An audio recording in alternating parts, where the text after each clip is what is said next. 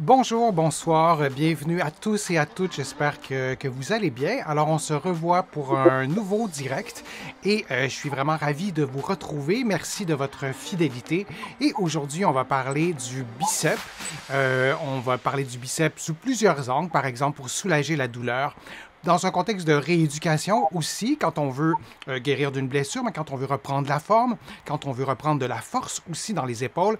Vous êtes plusieurs à avoir des problèmes d'épaule aussi, vous m'avez souvent écrit. Donc, on va parler du biceps et comme vous le savez, il y a plusieurs des conseils que je vais vous donner aujourd'hui, qui sont dans mes livres, notamment dans mon livre 99 façons de prévenir les effets du vieillissement et conseils d'un physio pour une meilleure posture et des articulations en santé. Ces livres, vous allez les trouver facilement à la Librairie du Québec à Paris notamment, au Canada évidemment partout, en librairie et sur le web. Alors, vous allez pouvoir trouver donc plusieurs conseils dans ces livres-là. Aujourd'hui, je vous présente un direct un peu différent des autres. En fait, j'avais le goût de travailler avec une amie, de faire le direct avec une amie. On se connaît depuis un petit bout de temps. Je vous la présente tout de suite. C'est Isabelle Marjorie Tremblay. Bonjour Isabelle, ça va bien? Bonjour Denis, ça va bien toi? Oui, oui, ça va vraiment très bien. Alors, j'aimerais ça que tu te présentes un peu. On s'est connus en faisant de la télé et on est devenus amis comme ça. On a eu plein de projets qui ont été empêchés par la pandémie. Alors, on peut enfin se retrouver pendant un direct. Alors, Isabelle, tu es entre autres animatrice. Parle-nous de toi un petit peu. Oui, donc animatrice, chroniqueuse, journaliste. Je suis également autrice, notamment de livres de récits de voyage. Alors, je suis une grande voyageuse, une passionnée d'aventure et j'adore le sport, le plein air. Alors, toutes les questions qui entourent la santé, ça m'a toujours intéressée. Alors, ben voilà, c'est ça un petit peu mon parcours. Donc, fille de communication, touche à tout et très curieuse des questions de santé.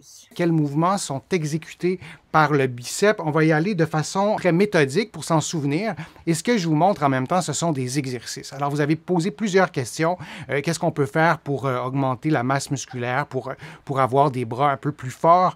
Alors, ce sont des propositions d'exercices, mais il pourrait y en avoir vraiment beaucoup d'autres. Mais je vais vous présenter les mouvements très simples. Puis Isabelle, si tu es d'accord, tu pourras les faire en même temps, les exercices, pour voir ce que ça donne. Je vous les montre en premier et je vous invite à les faire à la maison.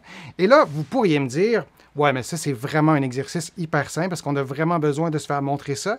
Peut-être que c'est intéressant de le faire ensemble pour être certain qu'on le fait bien. Alors, vous avez vu, c'est une flexion du coude. Alors, Isabelle, si tu es d'accord, tu pourrais peut-être le faire, puis je vais pouvoir le commenter aussi. On va le faire avec on va le faire avec une boîte de conserve. Je ne sais pas si tu as gardé une petite boîte de conserve pas très loin. Alors, on le fait avec un poids qui est vraiment très léger pour vérifier si on fait le bon mouvement. Alors, l'idée, ben en fait, je ne vais rien dire, Isabelle. Tu as vu l'exercice, je vais te laisser le faire. Tu peux te reculer peut-être juste un petit peu vers ta bibliothèque, en fait. Oui, comme ça c'est bon, c'est parfait. C'est comme ça, c'est excellent. Alors, l'idée, c'est de faire on déplie le bras au complet et on va faire une flexion du coude. Exactement. Bon, alors, là, en ce moment, Isabelle, tu le fais bien. L'erreur qu'on fait souvent, c'est qu'on va. Et en plus, Isabelle, tu le fais en position assise. Tu peux rester en position assise. Mais si tu le faisais debout, comme on fait parfois dans une salle de sport, on va bouger le tronc. Donc, quand vous faites une flexion du coude, une erreur à éviter, c'est de ne pas bouger le tronc. Ça, c'est ce qu'on souhaite. Et l'autre élément, le fait de garder votre coude immobile, comme si votre coude était soudé à votre cage thoracique, fait en sorte qu'on va mieux travailler avec le biceps. Donc ça, c'est une façon de faire l'exercice. Si on le revoit une autre fois avec le poids, ça va ressembler à ça. Donc on fait une flexion du coude. Et ce qu'on peut faire aussi dans une autre variante, donc on peut faire une flexion du coude. Je vais mettre la vidéo à pause. Et ensuite, on peut descendre très lentement, mais vraiment très lentement. Je vais essayer de vous le faire je vais tricher un peu. Donc, on va vraiment descendre hyper lentement. Alors, Isabelle, je ne sais pas si tu as eu le temps de le voir, mais on va le faire seulement d'un côté à la fois, si tu es d'accord. Donc, on va laisser faire l'autre pot de confiture, ou je ne sais pas trop. Donc, Donc, tu je vas... regarde mon pot de lait de coco. Ah, OK. OK. Donc, tu vas faire une flexion, comme ça. Oui. Et donc, tu montes relativement vite et tu descends archi tranquillement. Vraiment, très tranquillement. Oui. En fait, ça, c'est pas assez tranquillement. Vraiment 2 fois moins vite que ça. Ouais. Donc, on monte assez vite. Donc, on travaille en concentrique et on descend vraiment tranquillement. Toujours en gardant le coude là, collé sur Exactement. la taille. Exactement. Et en gardant un bon alignement aussi, ce que tu as entre la tête, les épaules et le bassin, on veut être le plus grand ou je veux que tu sois la plus grande possible pendant que tu fais l'exercice. Alors, on le fait une dernière fois. Donc, tu lèves rapidement, on est en concentrique et on descend ensuite le bras très tranquillement. On est en excentrique. Les contractions excentriques, on pourrait en parler longtemps, mais ça favorise une meilleure santé du muscle, pour le dire comme ça. C'est intéressant de faire des contractions en excentrique. Il y a une autre façon aussi de faire l'exercice qui est semblable à ce que tu as fait, Isabelle, c'est de faire le même exercice, mais penché un peu vers l'avant et dans la position que vous voyez en ce moment. Et on pourrait aussi faire la même chose, faire des contractions concentriques ou excentriques. Ce n'est pas nécessaire, Isabelle, que tu le fasses, mais je voulais juste vous montrer une petite variante. Et on peut aussi faire l'exercice en surélevant le bras. Là, c'est une image fixe, mais vous comprenez le principe. Là, on est dans une salle de sport, mais vous pourriez très bien vous installer différemment pour pouvoir reproduire cette position-là. Donc, avec un meuble qu'il y a chez vous, de pouvoir avancer le bras. Et le fait de faire l'exercice en avançant votre bras fera en sorte d'avoir une contraction musculaire plus complète en variant le type de position. On a vu qu'il y a une longue et une courte portion du biceps. Donc, il faut tenir compte aussi de ce fait-là. Et on va faire un autre exercice, et celui-là, tu pourras le faire si tu veux, Isabelle, parce qu'il est quand même différent. Donc, c'est une flexion des épaules, en fait. Le biceps, c'est aussi un muscle de l'épaule. Alors, donc, on fait ce mouvement-là très simple, comme on le voit dans la vidéo que vous voyez en ce moment. Isabelle, je vais te laisser le faire et je vais pouvoir le commenter. Alors, on lève le bras. Oui, c'est ça. J'imagine que c'est encore plus important pour ces exercices-là d'avoir les épaules ultra détendues, pas les épaules levées. C'est effectivement l'erreur. En fait, c'est une des erreurs qu'on fait souvent, c'est qu'on va, avant même de lever le poids, on va lever l'épaule. Alors, on veut vraiment initier le mouvement avec le biceps. Il n'y a pas que le biceps qui travaille, comme je vous le disais, mais on ne veut pas initier le mouvement avec l'épaule. On va le faire juste un côté à la fois, Isabelle, si tu es d'accord, même si, effectivement, c'est un bon réflexe que tu as de travailler les deux bras, parce que tous les exercices qu'on vous propose aujourd'hui, vous les faites avec les deux côtés, c'est sûr, mais là, pour la démonstration, on va le faire avec un seul, et on peut lever le bras un peu plus haut. Donc, on lève, on peut aller jusqu'à 135 degrés. Encore un peu, encore un peu, encore un peu. Ouais, jusque-là, puis on descend, puis on pourrait faire un mouvement complet aussi. Toujours selon votre propre mobilité, disons, et on monte et on descend. L'erreur qu'on voit souvent, c'est qu'on fait une flexion du coude, ce que tu ne fais pas en ce moment, Isabelle, mais si on veut montrer l'erreur, là, c'est que le coude serait un peu plié, c'est ça. Donc, en levant le bras, on fait l'erreur de plier le coude. À ne pas faire. Okay. À ne pas faire. Et c'est logique un peu de plier le coude parce que le biceps participe à la flexion du coude, on s'en souvient. Mais si on veut décortiquer les mouvements et bien travailler, on ne veut pas plier le coude pendant qu'on lève le bras. Est-ce que tu avais une question, Isabelle? Oui, Denis, est-ce que, encore une fois, c'est plus efficace d'aller lentement pour la descente, de commencer à monter plus rapidement, puis après on descend plus lentement, parce que ça travaille pas mal plus, hein, quand on va lentement? Oui, ça travaille pas mal plus. Même, tu pourrais peut-être prendre une petite pause, parce que sinon, tu vas peut-être être courbaturé demain. Donc, tu peux prendre une pause. Merci.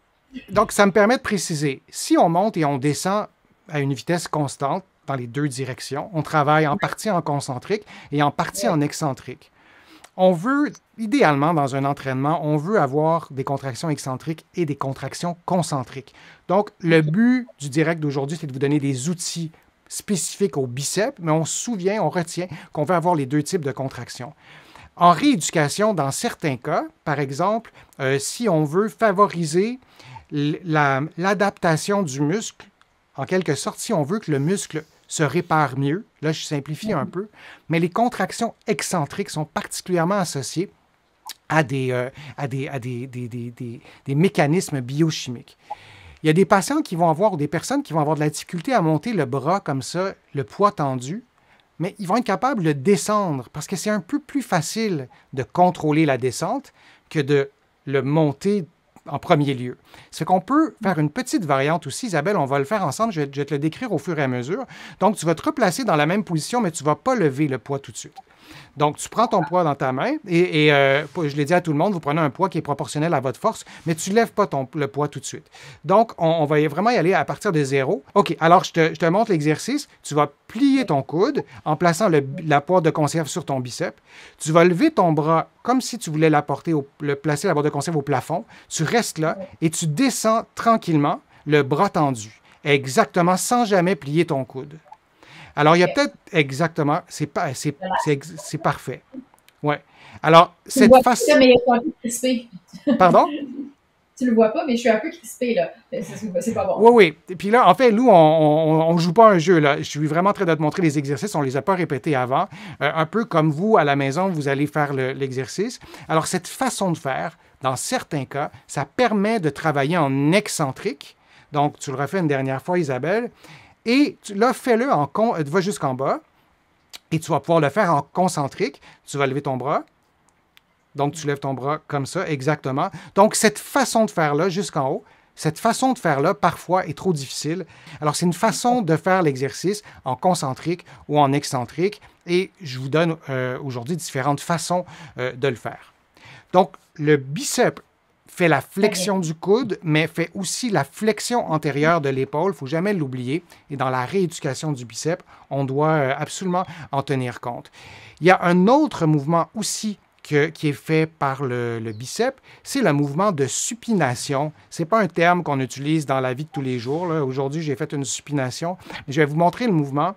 Je vais plutôt vous le montrer en premier lieu de cette façon-là. Alors, la supination, c'est ce mouvement-là. Le fait de tourner les avant-bras pour avoir les paumes de la main vers le plafond, comme vous voyez en ce moment. Et le mouvement inverse, c'est un mouvement de pronation, et ce n'est pas le biceps qui le fait. Le biceps fait le mouvement de supination, comme vous voyez en ce moment. Et c'est intéressant de rééduquer le mouvement d'abord, de s'assurer que le mouvement se fait bien. Et c'est intéressant aussi de faire le mouvement en tenant un objet. Vous voyez, là, vous pouvez tenir à n'importe quoi, mais ce qui va bien, c'est un manche ou un truc qui est assez long pour avoir un effet que ça soit suffisamment pesant. Alors, ça, c'est le mouvement de supination. Ça, c'est le mouvement de pronation. Et le biceps participe au mouvement de supination que vous voyez en ce moment. On va essayer de le faire, Isabelle, mais sans objet. Donc, je te laisse faire le mouvement. Donc, en position assise, là, tu peux le faire avec les deux côtés parce que ça va mieux. Donc, si on fait un mouvement de pronation, je te laisse le faire. C'est ça. Alors, le biceps ne participe pas à la pronation. Et ça, c'est un mouvement de supination. Et c'est ce qu'on veut faire. Donc, je te laisse faire le mouvement de supination et d'arrêter là. Exactement. Donc, replace-toi en supination, juste pour bien le montrer, et d'arrêter là. Exactement. Et c'est ce que le biceps fait. Maintenant, on va faire le même mouvement, tout le monde ensemble, et vous allez placer votre main sur votre avant-bras, et vous allez faire le mouvement. Moi, je suis un peu trop proche, j'ai tendance à m'approcher de la caméra. Comme ça, et vous allez faire le mouvement de pronation. On ne me voit pas beaucoup, mais comme ça. Ça, c'est le mouvement de supination. Et ensuite, vous allez faire le mouvement de pronation. Et vous remarquez probablement que le biceps se contracte quand vous êtes dans cette position-là. C'est subtil. Et quand vous êtes dans l'autre sens, si vous touchez à votre biceps, il n'est pas contracté. Il y a d'autres muscles de contracter, par contre.